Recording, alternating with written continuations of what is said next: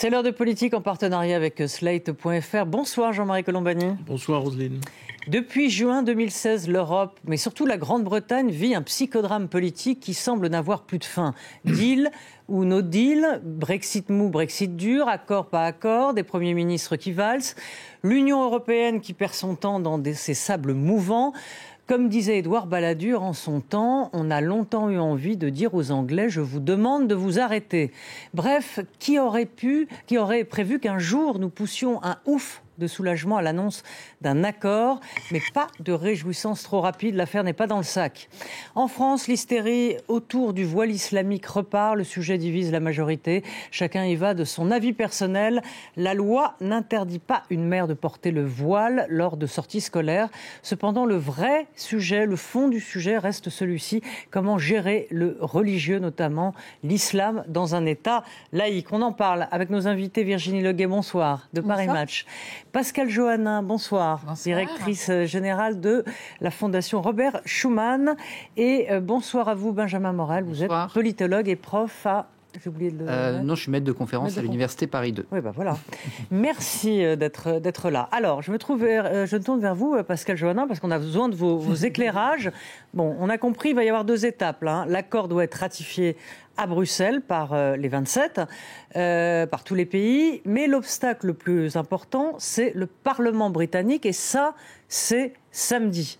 Mais si la Chambre des communes n'accepte pas l'accord, il se passe quoi ? Ah, mais voilà. Merci, au revoir. Nous avons déjà eu un accord en 2018. Theresa May avait obtenu un accord il y a un an à peu près. Mais cet accord qui faisait 500 pages, elle n'avait jamais réussi à le faire ratifier par le Parlement britannique. Le Parlement britannique a deux chambres. Il faut donc que ce soit ratifié par la Chambre des communes et par la Chambre des lords. Donc il faut que ce soit une ratification des deux chambres du Parlement. Donc si jamais... il est accepté, très bien.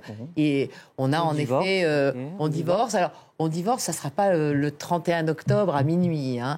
Cet accord entrera en application dans un moment après une période de transition qui est jusqu'à 2020, mais qui peut être étendue à 1 ou 2 ans, on va dire 2022. Donc, en effet, la fin des relations avec l'Union européenne ne se terminera pas complètement. Mais par contre, s'il n'y a pas d'accord, si l'accord n'est pas ratifié au Parlement britannique, donc cet accord rentre pas en application, et alors là, on retombe dans les vieux démons qu'on a connus, puisque en effet, ça veut dire que le Parlement britannique, n'arrivant pas à trouver une majorité en son sein, il faudra trouver une autre solution qui passe peut-être par des élections au Royaume-Uni pour remettre à plat et trouver peut-être une majorité qui permettrait en effet de sortir de cette ornière. Virginie, votre commentaire sur ce que... Oui. On a l'impression d'assister au film Un jour sans fin. Parce que, effectivement, l'accord préparé du temps où Theresa May était Premier ministre a été présenté, je crois, 3 fois. Et a été refusé 3 fois. Donc là, il est modifié par rapport à celui qu'avait présenté Theresa May, mais essentiellement dans la partie qui concerne l'Irlande. C'est-à-dire que sur les 500 pages, il doit y avoir peut-être un tiers ou un quart à relire et à recorriger, mais les deux tiers ou les 3 quarts sont à peu près identiques. J'ai beaucoup de mal, mais peut-être ne suis-je pas assez spécialiste, à comprendre comment va fonctionner samedi ce Parlement qui ne fonctionne essentiellement plus que par arrière-pensée de politique intérieure et plus du tout par logique de sagesse ou logique de politique ou logique d'appartenance. C'est comme souvent dans la vie. Le problème a été mal posé depuis le début. La campagne elle-même avait mal posé le problème. Les Anglais y ont répondu sans peut-être même se rendre compte qu'ils allaient arriver à ce résultat-là. Aujourd'hui, 3 ans après, on n'a toujours pas clarifié les vraies raisons pour lesquelles il faudrait partir ou ne pas partir. Et la classe politique s'entre-déchire et ne pense en fait qu'à ses carrières individuelles. Oui, de la politique intérieure dans le fond, Jean-Marie. Oui, mais Virginie a totalement raison. Ça laisse... Rappelez-vous le modèle qu'a été pendant des siècles la Grande-Bretagne. Modèle de démocratie parlementaire, modèle à imiter, modèle dont il fallait s'inspirer si on voulait être vraiment démocratique. Or là, le spectacle auquel on a assisté est un délitement total, avec même une Cour suprême décrétant illégale la suspension par le Premier ministre du Parlement, qui ne voulait pas laisser le Parlement discuter. Boris Johnson est lui-même l'incarnation du cynisme. Il n'a voté contre Theresa May que pour prendre sa place. Et le voici aujourd'hui au pied du mur. Et donc le résultat, c'est que au point de départ, c'est quand même l'effet d'une désinvolture politique absolue, celle de David Cameron, avec une leçon très simple. Il voulait courir derrière son extrême droite, et c'est l'extrême droite qui l'a emporté. Donc ça, il faut se souvenir, parce que c'est un message qui vaut pour tout le monde. Oui. Et par ailleurs, ce qui va rester, parce qu'il y aura une sortie, ce qui va rester, c'est comme l'écrit le Sénat, je crois, aujourd'hui ou dans les jours qui viennent de passer, ce sera un jeu perdant-perdant. Perdant pour l'Union européenne, perdant pour la Grande-Bretagne. Benjamin Morel, on va écouter, parce qu'il faut un peu de vie dans ce plateau, donc non pas qu'il n'y en ait pas, mais... Benjamin Boux. Oui. On va écouter quand même le chef de l'État, Emmanuel Macron, et après vous faites vos commentaires. Il faut rester raisonnablement prudent. Cet accord permet, je crois, de répondre aux préoccupations politiques, techniques qui étaient à la fois les nôtres et celles des Britanniques. À ce stade, on ne peut être que satisfait, en tout cas, que les négociations aient pu aboutir à quelque chose de positif, répondre aux préoccupations. Et je veux à nouveau remercier nos négociateurs et tout particulièrement Michel Barnier pour cela. Benjamin, nous sommes tout oui pour entendre votre analyse. Non, je ne suis pas bouillant. Si vous voulez, le dernier accord négocié par Theresa May posait un certain nombre de problèmes aux Britanniques, notamment avec en effet ce filet de sécurité qui était réputé pour un certain nombre de Brexiters et pour une partie de l'opinion britannique, il était très largement refusé. Quand vous regardiez les enquêtes d'opinion, il y avait une partie des Britanniques qui voulaient un Remain, une partie des Britanniques qui voulaient une sortie sans accord, et ensuite il y avait les Britanniques qui voulaient l'accord de Theresa May. C'était un accord qui, pour le coup, n'était pas du tout consensuel, justement parce qu'il était réputé porter atteinte à l'unité du Royaume-Uni. Là, est-ce que cet accord va être mieux reçu ? Il va falloir voir, si vous voulez. Dans tous les cas, aujourd'hui, le problème... Si c'est une question de politique intérieure, ça suivra le même circuit que les précédents. Le problème aujourd'hui, c'est qu'il y a une double fracture. Il y a une fracture d'un côté entre le peuple britannique qui veut aujourd'hui sortir, quelle que soit la situation. Quand vous prenez la dernière enquête qui a été publiée avant-hier, vous voyez que qu'aujourd'hui, la sortie au 31 octobre, et c'est là-dessus que Boris Johnson joue intelligemment, est largement plébiscité par les Britanniques, au moins par les Anglais. C'est plus compliqué en Écosse et en Irlande. Parce qu'ils en ont marre. Mais oui, parce qu'il y a en effet un ras-le-bol et qu'il y a une volonté, d'une certaine façon, de sortir de cette séquence-là. Un référendum serait et ensuite, il y a une deuxième scission, si vous voulez, entre d'un côté les leaders des partis, Boris Johnson d'un côté et surtout Jeremy Corbyn de l'autre, qui sont réellement pour et qui ont intérêt à une sortie. Et d'un autre côté, des troupes qui, elles, sont beaucoup moins chaudes pour une sortie à court terme. Et donc là, on voit très clairement qu'on a deux leaders parlementaires qui ne tiennent pas leurs troupes. Jeremy Corbyn ne tient clairement plus aujourd'hui le Parti travailliste et Boris Johnson a perdu les plumes qu'il pouvait perdre et qui font qu'aujourd'hui, il n'y a plus de majorité. Donc, dès lors que vous avez cette situation dans un système parlementaire britannique qui a toujours été construit sur le mode du bipartisme, dès le moment où ce bipartisme explose, évidemment, le Parlement, quelle que soit la situation, devient une sorte d'épreuve dont on ne peut pas exactement savoir ce qui peut en sortir. Pascal, les discussions ont porté, on l'a vu, on ne sait pas trop ce qu'il y a dans cet accord, mais elles ont porté essentiellement sur le backstop, c'est-à-dire qui permet de maintenir ouverte la frontière entre l'Irlande du Sud, donc qui est indépendante, et l'Irlande du Nord. Est-ce que là, on ne va pas assister quand même à une forme d'explosion de l'Union Jack ? Alors, c'est possible qu'un jour, en effet, les Écossais ont déjà eu une velléité d'indépendance et en fonction de comment se passera les choses, ils peuvent en effet être amenés à dire qu'eux, ils veulent rester dans l'Union européenne et refaire un référendum pour se séparer du Royaume-Uni qui ne serait plus membre de l'Union européenne. Ce qui a changé essentiellement par rapport au plan de May, c'est que Theresa May avait refusé que l'Irlande du Nord ait un statut à part et que c'était un territoire britannique, c'est une province, c'est pas un pays, l'Irlande du Nord, c'est une province du Royaume-Uni, et donc que cette Irlande du Nord, dont personne n'avait imaginé en votant que, en effet, l'Angleterre est une île, mais une partie du territoire britannique est sur l'île d'Irlande, il y aurait une frontière avec la République d'Irlande indépendante depuis un siècle, et que cette frontière a été le lieu d'affrontements sanglants jusqu'en 1998, et qu'on a réussi à y mettre fin, et que chacun sait que cette paix est encore fragile 20 ans après. Donc, elle ne voulait pas de dissension entre l'Irlande du Nord et le reste du Royaume-Uni. Là, ce que propose Boris Johnson, il n'y a que lui qui pouvait le proposer, c'est que l'Irlande du Nord est un statut à part. Alors, un double statut Il est membre de l'Union douanière britannique pour les liens entre le Royaume-Uni et sa province de Nord-Irlande, mais il est membre de l'Union douanière européenne pour ses relations avec l'Irlande ou les autres États membres de l'Union. Donc ça veut dire qu'il va y avoir des contrôles, des règles fiscales, juridiques, qui vont être mises en place principalement par les Britanniques. Et donc il faut supposer, et c'est comme ça que pour ça que cet accord est très détaillé, qu'ils vont bien respecter l'accord qui est le leur. Et puis, à côté de ça, il y a une déclaration politique qui suit cet accord, où les Britanniques disent cette fois-ci que le modèle de la relation future qu'ils veulent avec avec l'Union européenne, c'est un accord de libre-échange. Et là, on leur rappelle que, bien évidemment, cet accord de libre-échange suppose le respect d'un certain nombre de règles concernant la fiscalité, la règle de concurrence, pour qu'en effet, on n'ait pas à Calais, aux portes de Calais, un Singapour fiscal qui fait du dumping, etc.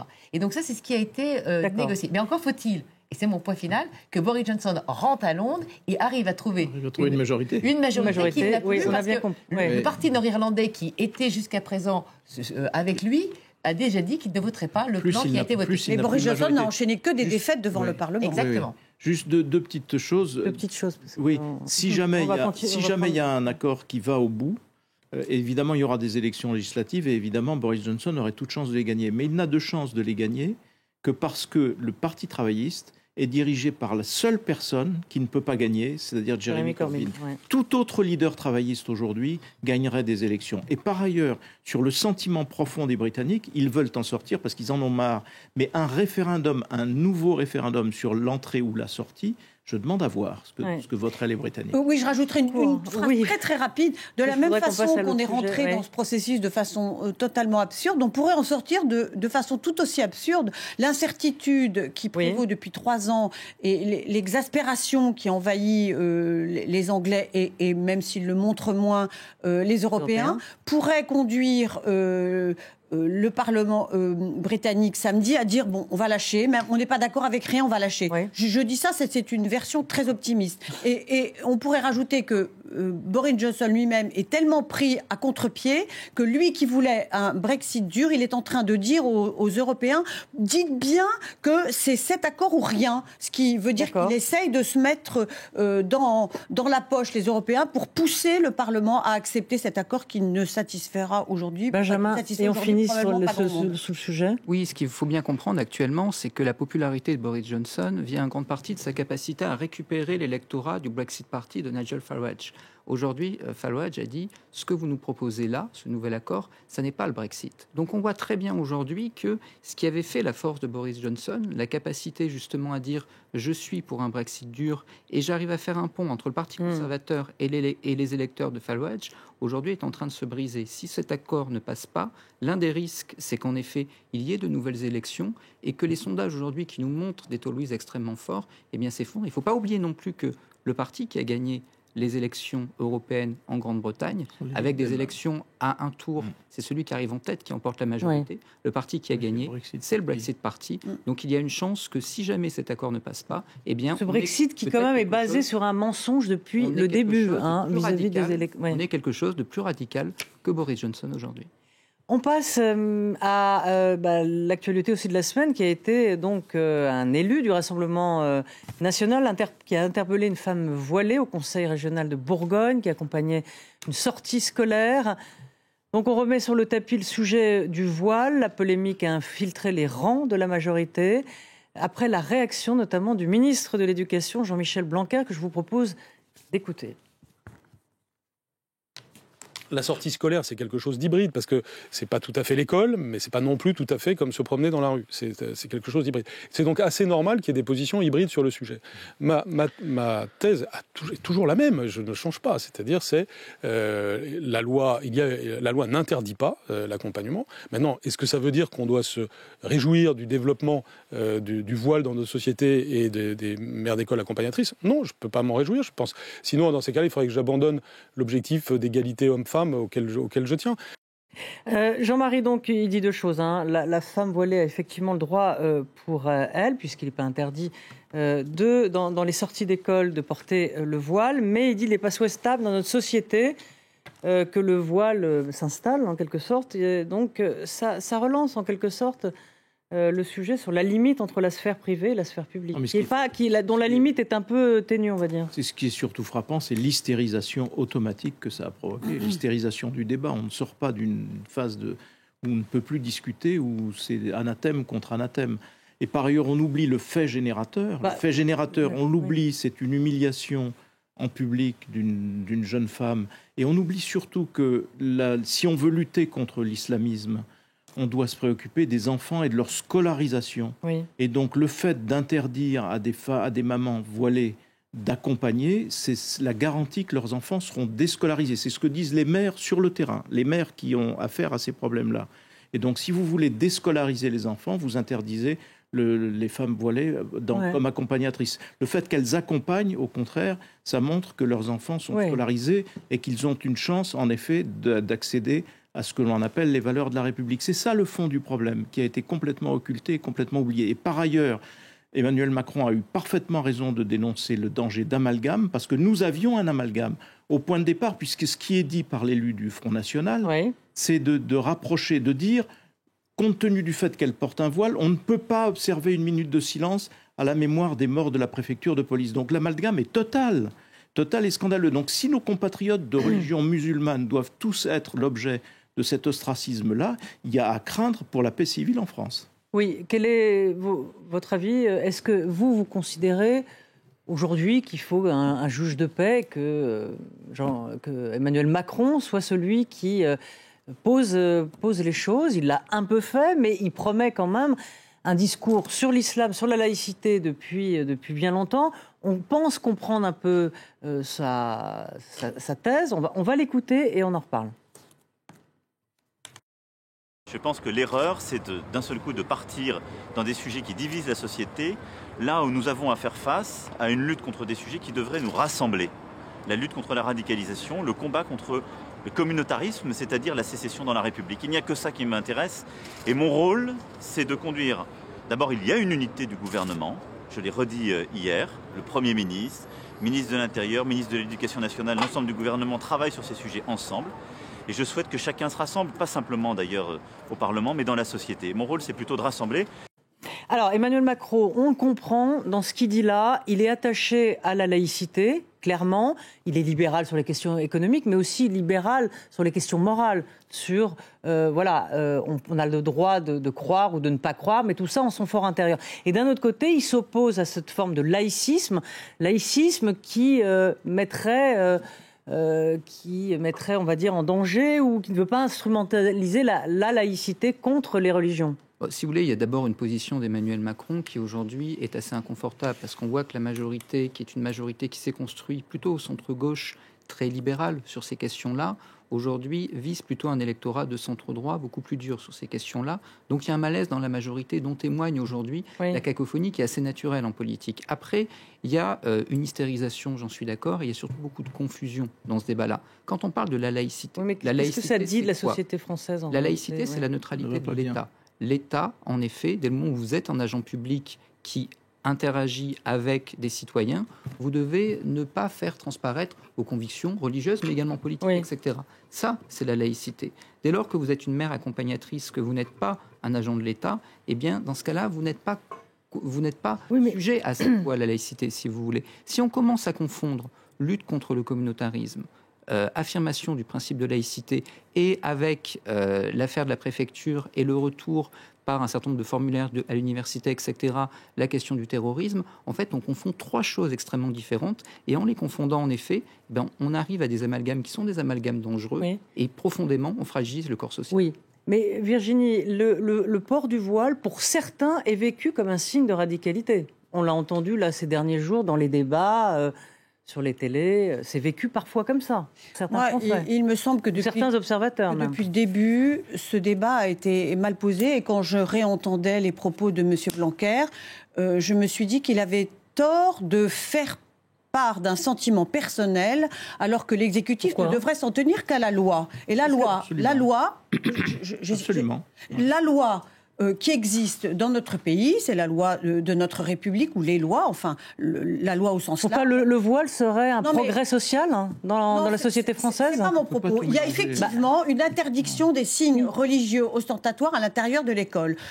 Il y a autorisation pour les mères qui veulent être voilées de participer aux sorties scolaires. Mais si l'on veut qu'il y ait une homogénéisation, c'est-à-dire que l'école soit considérée, ou le temps extrascolaire ait les mêmes règles que le temps scolaire, et que la sortie scolaire, qui peut être considérée comme l'école hors les murs, obéisse aux mêmes règles, il faut changer la loi. Mais dire, oui, alors, la loi permet à cette femme d'être voilée lors d'une sortie scolaire, mais à titre personnel, franchement, je trouve que le à titre personnel, qui a d'ailleurs aussi été utilisé par Mme Ndiaye, qui a été utilisé par... Donc il faut laisser préempter le sujet par le Rassemblement national. Pardonnez-moi, Roselyne, ce que je dis, c'est que ça ne fait qu'augmenter la confusion du français, qui lui-même ne sait pas très bien à quoi s'en tenir, qui ne connaît pas très bien les règles entre le voile, le burqa, le niqab, qui ne sont pas les mêmes selon les endroits, et qui entend différents membres de l'exécutif, qui lui-même n'a pas de corpus idéologique bien arrêté. Je rappelle qu'Emmanuel Macron n'a toujours pas prononcé son grand discours sur la laïcité, dire, mais moi, à titre personnel, mais le titre personnel, quand on est au gouvernement, ça doit être la loi. La loi, c'est comme ça aujourd'hui. Si on veut changer la loi, c'est ce qu'il dit. On la change. Il rappelle que cette femme a le droit d'aller dans cette sortie. Donc là-dessus, il ne remet pas en question la loi. Ce qu'il dit plus loin, Virginie, c'est est-ce que le voile est un projet de société, en quelque sorte. Mais non, mais on oublie le fait générateur, encore une fois. Le fait générateur, c'est une femme qui est agressée par un élu. Mais ça, on a compris. Mais allons plus loin. Au lieu d'hystériser le débat, mais non, au lieu de se lancer dans toutes les amalgames qui ont été dénoncés tout à l'heure, on aurait mieux fait de se limiter à la question posée par Laurence Ferrari à l'élu Front National en question. Est-ce que vous n'avez pas honte ? C'était la seule question qu'il fallait lui poser. C'est tout. Il était en mal de notoriété. Consiste à dire parce qu'on veut s'inscrire en faux contre cette hystérisation, on ferait le jeu du Front National. Ça va bien. Mais si on avait fait le jeu du Front National, il aurait gagné. Mais bon, voilà. Pascal, votre avis là-dessus. Et j'aimerais vous poser une question par rapport au modèle multiculturaliste anglo-saxon, où en quelque sorte on juxtapose les différences, effectivement, et pour ces communautés le sentiment de ne pas appartenir à la communauté nationale. Comment, par exemple, en Grande-Bretagne, le sujet est vécu ? Parce que la notion de laïcité n'est pas... pour comprendre un peu... La laïcité n'est partagée par aucun autre pays, officiellement, même si on est dans beaucoup d'États membres. Chacun essaie de trouver des principes qui se rapprochent beaucoup du nôtre. On n'est pas un modèle, mais le modèle de laïcité est finalement répandu assez largement. Sur la question du voile, il y a une interdiction quasiment dans tous les pays membres du niqab et de la burqa, qui sont les voiles qui cachent totalement le visage et qui ne permettent pas de reconnaître les gens. La question du voile, alors après chez nous, il y a une loi et je rappelle en effet qu'il faut respecter la loi. Elle a été, et dans beaucoup d'autres États membres, il y a aussi des lois qui ont été prises, assez récemment d'ailleurs, au Danemark, en Belgique, etc. Et même la Cour de justice des communautés européennes a été amenée à se prononcer sur cette question en 2017, donc c'est assez récent, pour bien spécifier qu'il fallait avoir une proportionnalité, une neutralité, et qu'on ne pouvait pas seulement mettre à l'encan la religion musulmane. Parce que sinon, en effet, c'est une discrimination à l'encontre. En Grande-Bretagne, ils ont un système qui ne les a pas fait adopter une loi en tant que telle, mais ils ont quand même beaucoup réfléchi parce qu'ils ont quand même eu des attentats, ils ont été victimes de beaucoup de choses. Et donc, en effet, ils essayent de faire en sorte... Alors, le multiculturalisme britannique suppose qu'il n'y ait pas beaucoup de gens, parce qu'il y a des hindous, il y a des tas de gens qui reviennent un petit peu de ce grand empire britannique qui se rabrougrit. On voit bien qu'avec le... Mais il y a un communautarisme... Il y a un communautarisme évident en Grande-Bretagne. Évident, mais ça se passe comment, du coup, entre les communautés, avec... les Anglais de souche. J'allais dire que le Brexit, quelque part, est une manifestation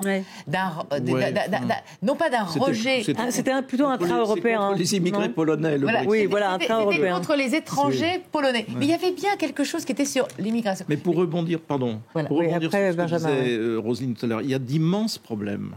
Il y a des problèmes de l'avancée d'un islamisme politique qui essaye de gagner du terrain, et qui peut dériver en au effet détriment vers d'un le islam spirituel. Et il y a donc d'immenses problèmes ouais. posés à l'islam en France, à la fois de réaction des intellectuels musulmans eux-mêmes et d'organisation, de financement de l'islam en France aussi. Et tout ça sont d'immenses problèmes. Donc il n'est pas nécessaire d'en rajouter en ciblant une femme qui accompagne des enfants avec un voile sur la tête. Voilà. C'est sûr que cet événement, cet esclandre qui s'est passé là en Bourgogne est juste intolérable. Cependant, ça pose des questions derrière, et c'est ces questions-là que je voulais... parce que le vrai problème aujourd'hui, c'est comment faire comprendre à ceux qui pratiquent l'islam que la loi de la République est au-dessus de la loi de Dieu. Mais en quelque sorte. Il y a une loi. Il y a une loi, et si vous voulez, là-dessus, encore une fois, il ne faut pas confondre plusieurs choses. C'est-à-dire que là, quand vous avez cette... Non, mais est-ce que le principe... Pardon, ma question, je la reformule. Est-ce que le principe de laïcité est bien compris ? Il est beaucoup instrumentalisé aujourd'hui. Quand cet élu Rassemblement National invoque la laïcité, il se trompe. On n'a pas une affaire. On n'a pas. Si vous voulez qu'on fasse abstraction de ce monsieur qui ne mérite même pas qu'on parle de lui, mais du débat. Oui. Donc, quand il invoque la laïcité, il se trompe, mais il est symptomatique de quelque chose. Aujourd'hui, quand on parle de laïcité, on convoque la loi de 1905 sans la connaître. C'est-à-dire qu'on convoque cette notion de laïcité pour en fait parler du communautarisme, d'une volonté soit d'assimiler, soit d'intégrer dans un objectif qui va être un objectif de refaire nation autour d'un certain nombre de principes. Mais ces principes-là ne sont pas d'abord des principes laïques. Et donc, il faut se mettre d'accord sur quels sont les principes aujourd'hui de la République auxquels on attend que tout le monde souscrive. Ils ne sont pas aujourd'hui dans la loi, ils ne passeront pas forcément par la loi. Ils passent d'abord et avant tout, on a essayé de le faire, ça ne marche pas très bien pour l'instant, avec l'organisation d'un islam de France, avec un renouvellement des lieux de culte et un financement beaucoup plus sain aujourd'hui des lieux de culte. Ça passe évidemment également aujourd'hui par une sorte d'apaisement de ce débat, avec un vrai dialogue avec ces communautés qui, pour une immense majeure partie d'entre elles, aujourd'hui, qu'elles portent le voile ou pas, s'intègrent dans le récit national, s'intègrent dans le projet national qui est celui de la France. Oui, je voulais juste ajouter quelque chose. Alors, je sais que c'est ma marotte, la loi, mais la loi permet quand même à chacun de se situer. Oui, c'est autorisé, non, ce n'est pas autorisé. Dans quel cas c'est autorisé, dans quel cas ça ne l'est pas. Et j'ai trouvé que Aurore Bergé, dans cette affaire, avait eu une position assez logique. Elle dit, moi, finalement, je suis contre le port du voile, y compris dans les sorties scolaires, et elle est prête à soutenir une proposition de loi que propose M. Ciotti. Bon, ça peut paraître bizarre, mais au moins c'est logique. C'est-à-dire que on considère que tout ce qui est l'école, y compris les sorties scolaires, les mères ne doivent pas porter de voile. Je ne sais pas si, comme le dit Jean-Marie, les mères n'iront plus dans les sorties scolaires ou si elles se conformeront à la loi. Moi, j'ai toujours l'espoir que la loi... La crainte des mères, c'est qu'elle n'y aille plus et que les enfants soient déscolarisés, car un des problèmes... Mais certaines iront peut-être un des grands problèmes d'aujourd'hui, c'est la déscolarisation. Donc n'incitons pas à la déscolarisation. Juste une petite remarque pour finir, puisqu'on a évoqué d'autres modèles. Ni le communautarisme à l'anglaise, ni le système allemand n'ont préservé ces deux pays de vagues d'attentats terribles. Il y a eu des attentats terribles en Grande-Bretagne, terribles en Allemagne, terribles en France. Donc c'est très distinct du modèle que l'on peut appliquer, communautariste ou non communautariste. On passe à la chronique sur les réseaux avec Véronique Reissoult.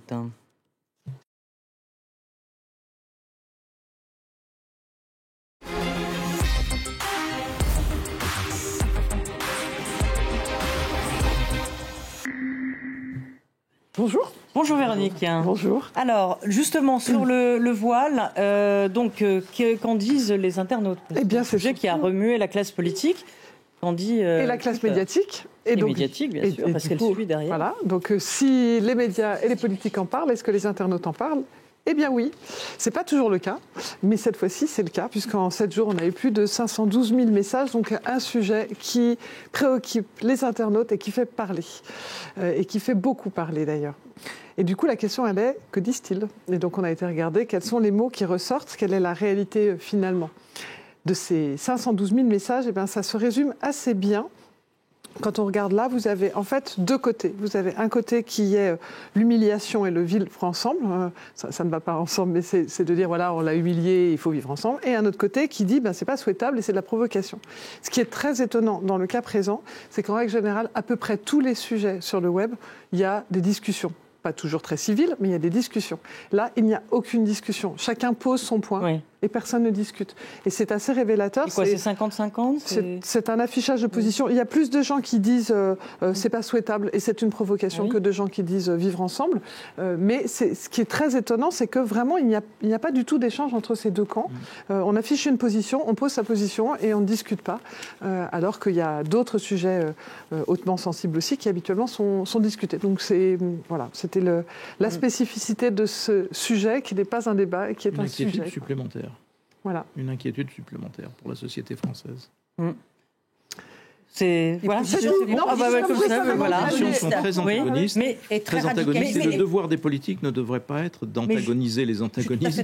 Oui, Jean-Marie, mais quand il dit le voile n'est pas souhaitable dans notre société, vous considérez que ça l'est ou pas? Non, c'est un point de vue personnel. Je voulais avoir votre avis personnel. Mais sauf que je considère qu'il y a une loi et que le ministre doit d'abord respecter la loi. Oui. Mais une fois de plus, il dit deux choses. Oui, mais je souscris à l'argumentaire de Virginie. Il n'avait pas à prendre la parole à titre personnel. C'est mon jour de joie. Dès le moment où le Premier ministre dit on ne fera pas de loi, il apparaît clair que le ministre, du coup, doit se ranger à la vie. Et oui, voilà. Il est là pour pourtant, Emmanuel Macron dit qu'il n'y a pas de dissension au gouvernement, ni avec le Premier ministre, ni avec le ministre de l'Éducation. Ça, c'est de la communication politique. Voilà. Alors, il y a un autre sujet. Il y a beaucoup d'autres sujets qui ont enflammé le web, mais il y en a un en particulier. Oui, parce que là, j'ai un peu les fiches dans le dessert. Qui était la grogne des pompiers. Je vous en ai parlé parce qu'en fait, c'est un sujet dont on a beaucoup parlé sur le web. Je vous ai sorti des emojis qui parlent en soi. Parce qu'en fait, donc cette semaine, il y a eu beaucoup de discussions autour de ça. Le drapeau français arrive en premier, au milieu. C'est l'emoji le plus utilisé parce que pour eux, c'est le symbole de la France et c'est un symbole fort. Vous avez le symbole, le gyrophare de l'urgence qui dit c'est un sujet urgent en soi. Vous avez le clash qui dit en fait le clash avec la police est révélateur de la complexité de la situation.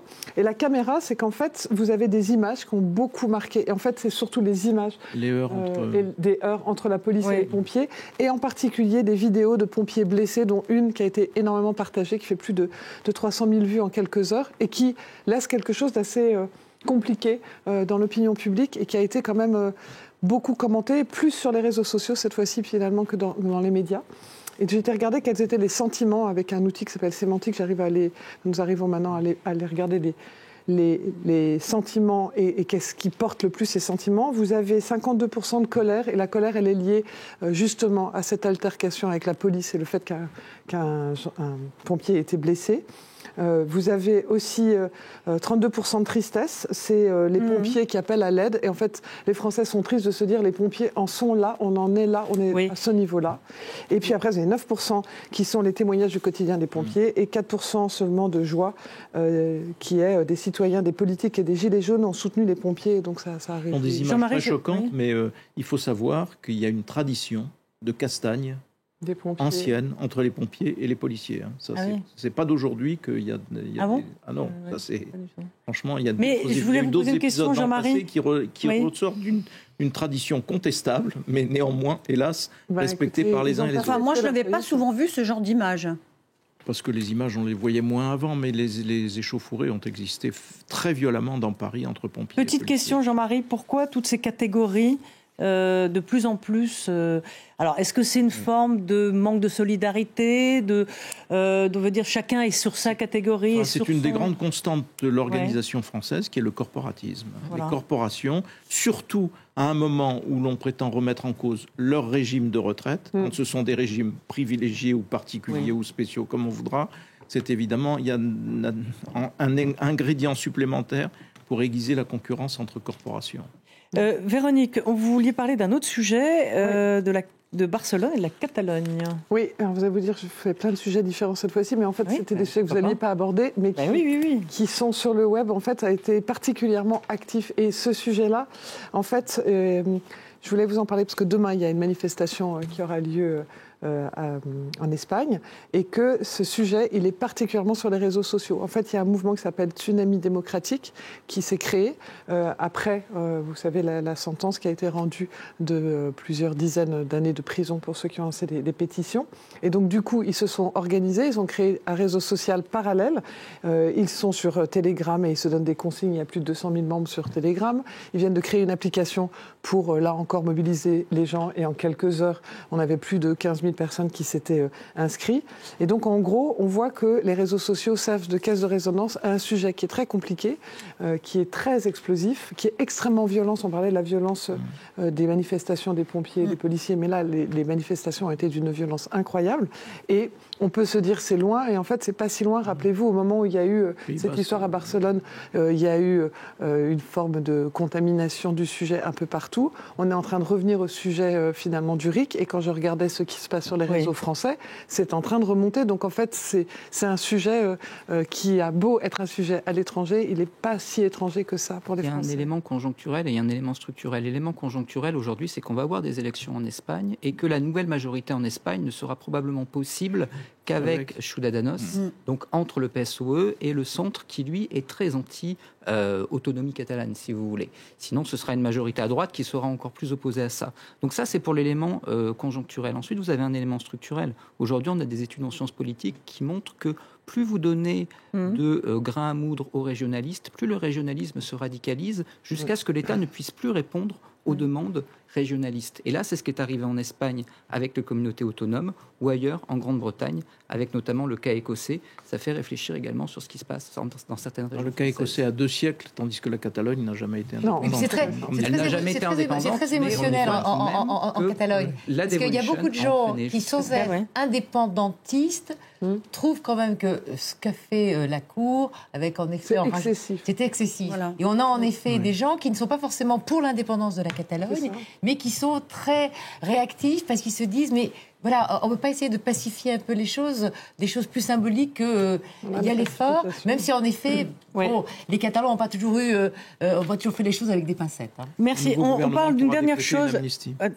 Voilà. On les terminer sur allez, Véronique, oui, allez-y. Majorité politique. C'était, la note plus amusante, c'est que, on est en pleine municipale, on parlait des régionales, pleine municipale, des campagnes municipales, des affiches municipales. Forcément, vous en avez entendu parler, mais je me suis dit que je ne pouvais pas faire autrement.